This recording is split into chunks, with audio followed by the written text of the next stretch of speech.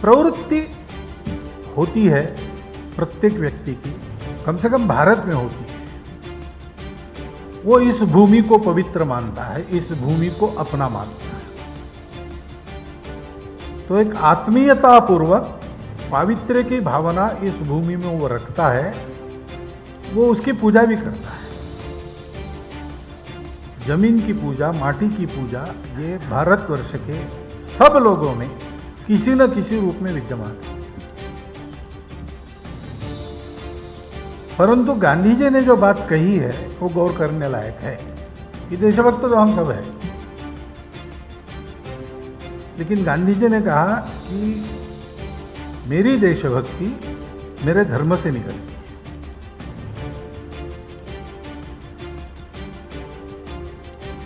तो हिंदू पेट्रियट, यानी हिंदू है तो पेट्रियट होना ही पड़ेगा उसको, वो मूल में उसके प्रकृति में वो है। और एक बात कही उन्होंने, शायद और एक वाक्य कहा है, याद आता है आपको एकदम? इन दो बातों ने मनुष्य जीवन का सत्यानाश किया है, तो उन्होंने कहा है।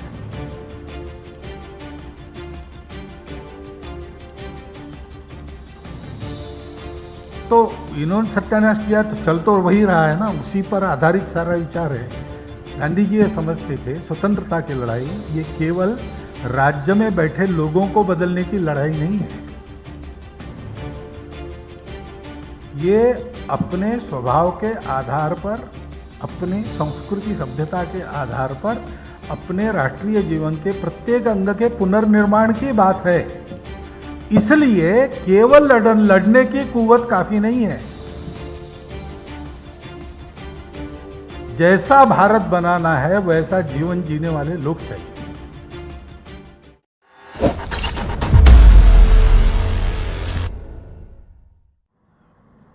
क्योंकि ये गांधी जी के बारे में पुस्तक rise of A Hindu patriot और उसका लोकार्पण कार्यक्रम, उसमें राष्ट्रीय स्वयंसेवक संघ का स्वयंसेवक, इससे बहुत अटकलें लग सकती है, लगती रही होगी, मुझे पता नहीं, उसकी आवश्यकता नहीं है। अभी मैं केरल में था, वहाँ से आया हूँ यहाँ, तो मैंने ऐसा सुना, वहाँ पर किसी ने कहा या चर्चा चली होगी कि ये अप्रोप्रिएट कर रहे हैं गांधी जी को। ऐसा नहीं है। महापुरुषों को अप्रोप्रिएट कर नहीं सकता कोई। ये तो नमक की गुड़िया सागर का तल खोजने के लिए जाए तो जो होगा वैसा होता है, अगर अप्रोप्रिएट करने जाएंगे तो। इसलिए संभव नहीं है। ये पुस्तक इसलिए लिखी ही नहीं गई है। गांधी जी के बारे में यह एक बहुत प्रामाणिक शोध ग्रंथ है, और इसके बारे में जिनको चर्चा करनी है या कोई भिन्न मत भी देना है, उनको उसी प्रकार की शोध प्रवृत्ति का अवलंबन करके ही वो कर सकेंगे। बहुत परिश्रम पूर्वक सारी खोजबीन करते हुए इस ग्रंथ का निर्माण हुआ है, और इसलिए मैं लेखक द्वय और प्रकाशक महोदय तीनों का अभिनंदन करता हूं।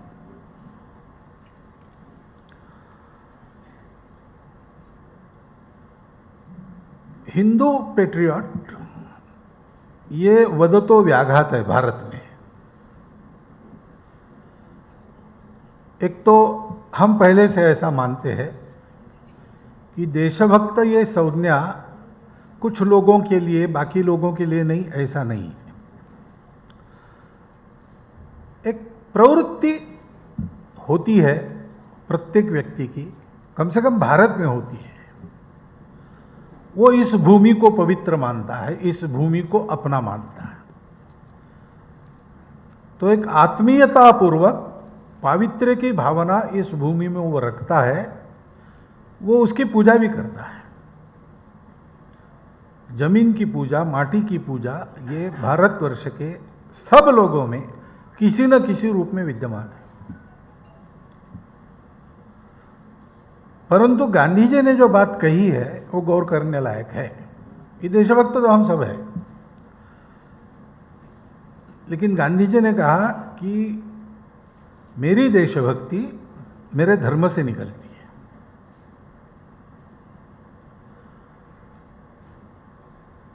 तो हिंदू पेट्रियट यानी हिंदू है तो पेट्रियट होना ही पड़ेगा उसको, वो मूल में उसके प्रकृति में वो है। हाँ, ऊपर की राख धूल झाड़कर उसको खड़ा करना पड़ता है। सोया हुआ पेट्रियट रहता है और जागरूक पेट्रियट रहता है, ये हो सकता है। लेकिन भारत विरोधी ऐसा कोई नहीं रहता है, भारत द्रोही ऐसा कोई नहीं रहता है। परंतु ये सजगता, कहीं हम फिसल न जाए, कहीं हमारी चूक न हो जाए, ये सजगता तब आती है जब देशभक्ति के बारे में हम स्वयं जागरूक रहते, कॉन्शियस रहते। मैं मेरे देश पर प्रेम करता हूं यानी क्या? तो देश यानी केवल भूमि नहीं है, भूमि तो है ही, बिना भूमि के भी नहीं है। देश का अर्थ एक अर्थ में भूमि होता है। परंतु जब हम देश कहते हैं तो उसका जमीन, जन, जंगल, जानवर, सब कुछ ये उसमें आता है। और उसकी परंपरा भी आती है, उसका स्वभाव भी आता है। परंपरा में जो कालबाह्य बातें रहती है वो बदलती है, लेकिन परंपरा जिस स्वभाव के कारण बनती है वो स्वभाव चलते रहता है। भारत का नाम भारत ये केवल एक भौगोलिक प्रदेश को दिया हुआ नाम नहीं है, एक प्रवृत्ति को दिया हुआ नाम है। और जब गांधी जी कहते हैं कि मेरी देशभक्ति मेरे धर्म से उपजी है, वो ये भी कहते हैं कि स्वराज्य की मांग करने वाले बहुत लोग हैं, परंतु मेरे मन में प्रश्न है कि स्वराज हम मांग रहे यानी क्या मांग रहे, उनको पता है क्या? स्वराज्य क्या है, ये जब तक आप स्वधर्म को नहीं समझते तब तक आप समझ नहीं सकते। अब गांधी जी स्वयं बनने के लिए तो उन्होंने किया ही परिश्रम, जो जो उन्होंने कहा है वो उनका अपना किया हुआ है, वो परोपदेश कुशल बहुतेरे लोगों में नहीं थे। डॉक्टर हेडगेवार ने उनके बारे में 1922 में एक सभा में कहा था, कांग्रेस जनों के सामने ही उनको कहा था बोलने के लिए गांधी जी के बारे में। गांधी जी को जेल में डाला था, तो उस दिन फिर एक गांधी जी के सारे विचारों का स्मरण वगैरह करने के लिए कांग्रेस कमेटी सभा करती थी। तो उसमें डॉक्टर हेडगेवार को बुलाया था वक्ता के नाते। तो उन्होंने ये कहा कि केवल सभा और स्मरण करके काम नहीं होगा, गांधी जी का जो अपने ध्येय सिद्धि के लिए पराकोटि का त्याग है, निस्वार्थ बुद्धि है और प्रामाणिकता है, और ध्येय के प्राप्ति के लिए सर्वस्व समर्पण की तैयारी है, उसका हमको अनुकरण करना पड़ेगा। तो गांधी जी स्वयं उन्होंने जो जो लिखा बोला है उसका उदाहरण बने ही है। कभी कभी तो पराकोटि की अतिवादिता में जाकर भी बने, ऐसा किसी किसी को लगता है। लेकिन आदर्श जो लोग होते हैं वो ऐसे ही होते हैं, अपने जिन गुणों का वो आदर्श है उसकी अति उनमें रहती ही है, होनी ही पड़ती है, नहीं तो आदर्श नहीं बन सकते, वो प्रकाश नहीं दे सकते। तो गांधी जी स्वयं आदर्श थे, लेकिन अभी बताया कि मैं ये सहन नहीं करूंगा और मैं ये आपको सहन नहीं करने दूंगा। मैं अपने स्वधर्मों को समझकर देशभक्त अच्छा बनूंगा और मैं आपको भी आपके स्वधर्म को समझकर अच्छा देशभक्त बनने के लिए बाध्य करूंगा। ये उन्होंने जीवित कार्य लिया था और इसलिए उनको जो बात करनी पड़ती थी लोगों की भाषा में करनी पड़ती थी। और जैसा हम सब लोग जानते हैं कि धर्म ये खास भारत का शब्द है। भारत की सब भाषाओं के लिए, भाषाओं में धर्म शब्द है अथवा धर्म के लिए योग्य प्रतिशब्द है। गांधी जी का और एक वाक्य है कि मेरा धर्म बंद धर्म नहीं है। मैं भाव बता रहा हूं, आपको इसमें पुस्तक में मिल जाएगा वाक्य। मेरा धर्म तो सब धर्मों का धर्म है। My religion is religion of all religions. अब ये क्या चीज है? क्योंकि रिलीजन तो एक लीग है, उसकी और कोई रिलीजन नहीं हो सकता। उसका रिलीजन अपने आप में विशिष्ट है। थोड़ा आपने उसमें अंतर किया तो आपका दूसरा रिलीजन हो गया, वो रिलीजन नहीं हो सकता। सभी पंथ संप्रदाय, वैष्णव हो, शैव हो, शाक्त हो, देवता निश्चित है, कर्मकांड निश्चित है, पुस्तक निश्चित है, गुरु निश्चित है, वैसा आप चलो। उसका और रिलीजन नहीं हो सकता। लेकिन गांधी जी कहते हैं तो उसका मतलब क्या है? मतलब यह है, गांधी जी को कहना है धर्म, लेकिन अंग्रेजी में प्रतिशब्द नहीं है। भारत के सारे पंथ संप्रदायों के मूल में एक सत्य है, वो अनुभूत सत्य है, वो थियराइजेशन नहीं है, वो रियलाइजेशन है। और रियलाइजेशन की परंपरा अभी तक चल रही है, आगे भी चलेगी। रायचंद्र जी के बारे में आपने कहा कि ऐसे लोग थे नहीं, ऐसे लोग आज भी है। यूनिटी ऑफ एग्जिस्टेंस, और इसलिए acceptance and respect of all diversities, ये हमारे यहां अनुभूति की बात है। ये हमारी पॉलिसी नहीं है, ये सत्य है, ये हमारी श्रद्धा का विषय है। भारत के सब संप्रदायों के मूल में इसको माना है, एक से अनेक बना है। विविधता में एकता नहीं, एकता की ही विविधताएं हैं। और इसलिए मैं रिलीजन के नाते मैंने जो लीग चुनी है उसमें चलूंगा, उसका गौरव भी मन में रखूंगा, उस पर पक्का रहूंगा।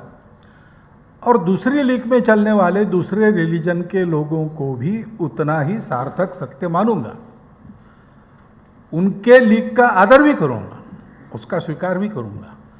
लीग अलग है इसलिए हम अलग नहीं है, लीग अलग है इसलिए हमारा झगड़ा नहीं हो सकता, हम मिलजुल कर रह सकते हैं।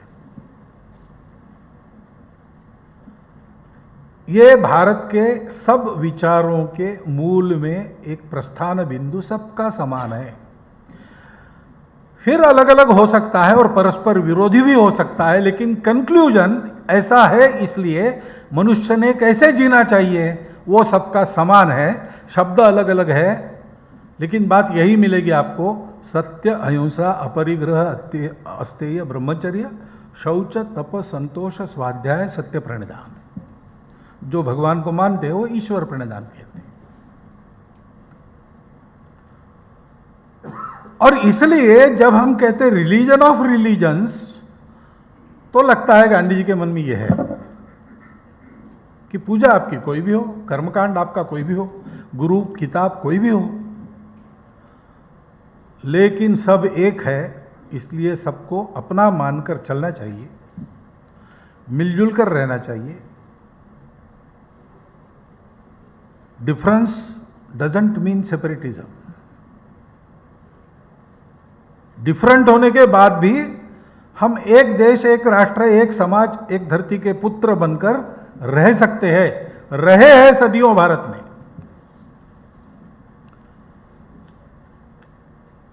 और आपकी लीग कोई भी हो, आपकी पूजा किताब कोई भी हो, लेकिन आपको इसका पालन करना चाहिए। सत्य, अहिंसा, अस्तेय, अपरिग्रह, ब्रह्मचर्य, शौच, तप, संतोष, स्वाध्याय, सत्य, प्रणिधान।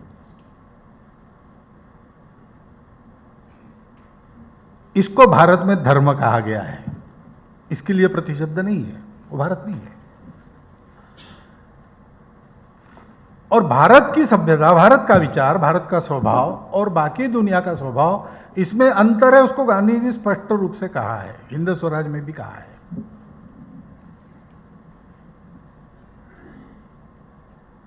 कि भाई सर्वाइवल ऑफ द फिटेस्ट। और एक बात कही उन्होंने, शायद और एक वाक्य कहा है, याद आता है आपको एकदम? इन दो बातों ने मनुष्य जीवन का सत्यानाश किया है, तो उन्होंने कहा है।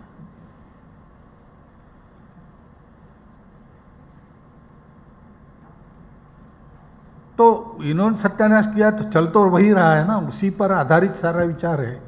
गांधी जी ये समझते थे स्वतंत्रता की लड़ाई ये केवल राज्य में बैठे लोगों को बदलने की लड़ाई नहीं है।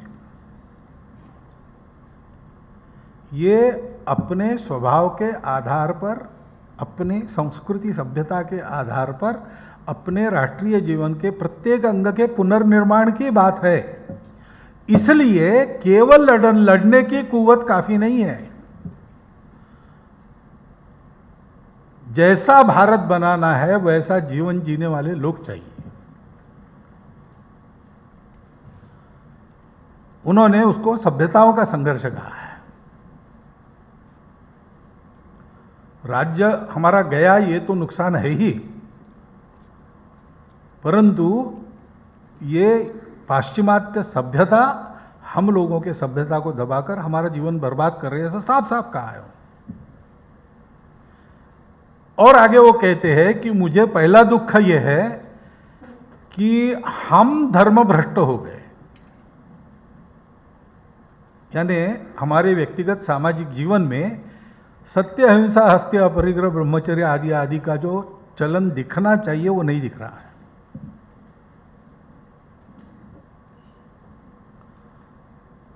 वो मुझे आश्चर्य लगता है। डॉक्टर एडगर ने ऐसे ही विचार किया, ये दूसरों को दोष मत दो, आपके जीवन में कुछ कमियां है इसलिए ऐसा हो रहा है। आपके होते हुए आपका देश गुलाम हो गया, आपको गुलाम किया गया। आपके होते हुए आपको एक समृद्ध समाज से एक गरीब, एक कंगाल समाज बना दिया गया। ये आपने होने दिया, इसका मतलब आप में कुछ कमी है, पराक्रम की कमी है, किसी बात की कमी है। उन कमियों को दूर करो। दूसरों को दोष नहीं देना, अपने को बनाना। अब गांधी जी के इन उद्गारों में मुझे उसी विचार का प्रतिबिंब दिखता है। लेकिन गांधी जी ने इसको सामने रखा कि हमको मूल्यों की पुनर्स्थापना, मूल्यों के आधार पर आचरण की पुनर्स्थापना करते हुए उस प्रकार का एक सर्वांगीण जीवन देश का खड़ा करना है। इसका मतलब स्वतंत्रता की पूर्णता है। अंग्रेजों ने यहां से जाना, ये उसका पहला अनिवार्य भाग है, क्योंकि उनके यहां तंत्र में रहते हम ये बात कर नहीं सकते, वो रोकेंगे हमको। और आज उन्होंने रोकने के बाद ये कर सकने की जो एक नैतिक ताकत चाहिए वो खड़ी करनी पड़ेगी, वो अभी हुई नहीं है। इसलिए वो कहते हैं अंग्रेजों को, पहले आप जाओ, आप पहले जाओ, फिर हम देख लेंगे। आप ये नकराश्रु मत गिराओ, झूठे आंसू मत बहाओ कि हम छोड़ के जाएं तो आपका क्या होगा, आप में इतना अज्ञान है, शिक्षा, वो हम देख लेंगे। आपके ज्ञान ने हमारा कोई भला नहीं किया है, हमारे पास हमारा भला करने के लिए आवश्यक परंपरागत ज्ञान है। उनके विचार थे। और इसलिए आखिर गांधी जी को समझना है तो ये पूरा देखना पड़ेगा, क्या है वास्तव में, क्या है। मैं कह रहा हूं ऐसा है क्या है। इस पुस्तक में सप्रमाण बताया गया है। सप्रमाण बताया गया है तो सप्रमाण, उसकी जो भी चर्चा होनी है वो सप्रमाण होनी पड़ेगी। लेकिन ये गौर करने लायक बात है। और मुझे लगता है कि स्वतंत्रता के बाद तो, क्योंकि फिर ये अब हमारा देश हो गया, हमारा तंत्र हो गया, हमारा राज्य हो गया। राज्य तो स्वराज्य, यानी अपना स्वयं ने चलाया हुआ राज्य तो हो गया। तो उस समय हो सकता है कि अंग्रेजों के खिलाफ निशस्त्र सत्याग्रह वगैरह वगैरह यशस्वी नहीं होगा। ऐसे लगने वाले लोग होंगे, प्रामाणिक लोग होंगे, थे ही। उनकी भी देशभक्ति का स्तर कोई कम नहीं था, उनके भी त्याग का स्तर कोई कम नहीं था। लेकिन अब तो ऐसा कोई नहीं है कि जिसके बारे में ये कहा जाए कि इनको तो हमको ऐसे ही करना पड़ेगा, अहिंसा यहां नहीं चल सकती। तो अब हमको, यानी ये गांधी जी ने तब सोचा, स्वतंत्रता के पहले की बात है, लेकिन मैं ऐसा मानता हूं कि ये गांधी जी का आग्रह और ये मूल्य आज स्वतंत्रता के बाद हमारे लिए ज्यादा विचारणीय, अनुकरणीय, अनुसरणीय मूल्य है। और इसको हम कर नहीं सक रहे, ये दिखता है। जाप तो इसका रात दिन चलता है सर्वत्र, इसको करना चाहिए प्रत्यक्ष, वो नहीं होता। इसका कारण क्या है? तो ऐसा आचरण करने के लिए जो चाहिए, पहली बात है निर्भयता। जब तक डर है एक दूसरे के बारे में मन में, तब तक समदृष्टि संभव ही नहीं। ये तत्वज्ञान तो ठीक है, सब अस्तित्व में एक ही तत्व है, लेकिन मेरे भौतिक अस्तित्व को आप समाप्त करेंगे ऐसा मुझे डर लगता है, और मेरे होने से आपका अस्तित्व समाप्त होगा ऐसा आपको लगता है। ये डर जब तक है तब तक सौदे हो सकते हैं, एकात्मता नहीं हो सकती।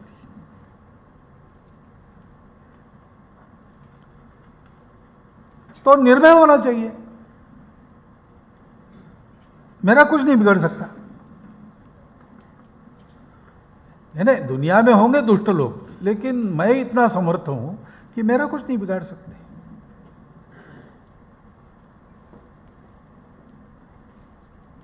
गांधी जी ने एक बार कहा कि अगर हिंसापूर्वक हिंदुओं को बदल दिया जाता है तो भी मैं हिंदुओं को कहूंगा कि प्रतिकार मत करो।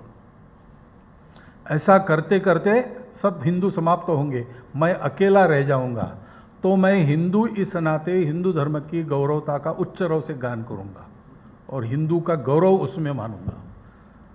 और मुझे भी अगर ऐसा किया जाएगा तो मैं मरते दम तक हिंदू धर्म में पक्का रहूंगा, छोड़ूंगा नहीं। ये उनकी निष्ठा थी। अब ये विश्वास कहां से आ गया कि सारा हिंदू समाज समाप्त होगा, मैं अकेला रहूंगा तो भी मैं ऐसे ही रहूंगा? ये उनमें आता है जो समझते हैं कि हमारा धर्म अध्यात्म आधारित, सत्य आधारित होने के कारण वो शाश्वत है, वो जा नहीं सकता, मिट नहीं सकता।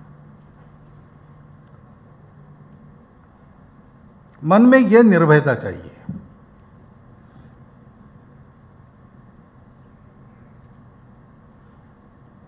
हम सत्य है तो हम रहेंगे, हम ही रहेंगे। तो फिर अगर हमको कोई समाप्त करने का प्रयास किया है तो उसके बारे में एकदम क्रोध नहीं आता।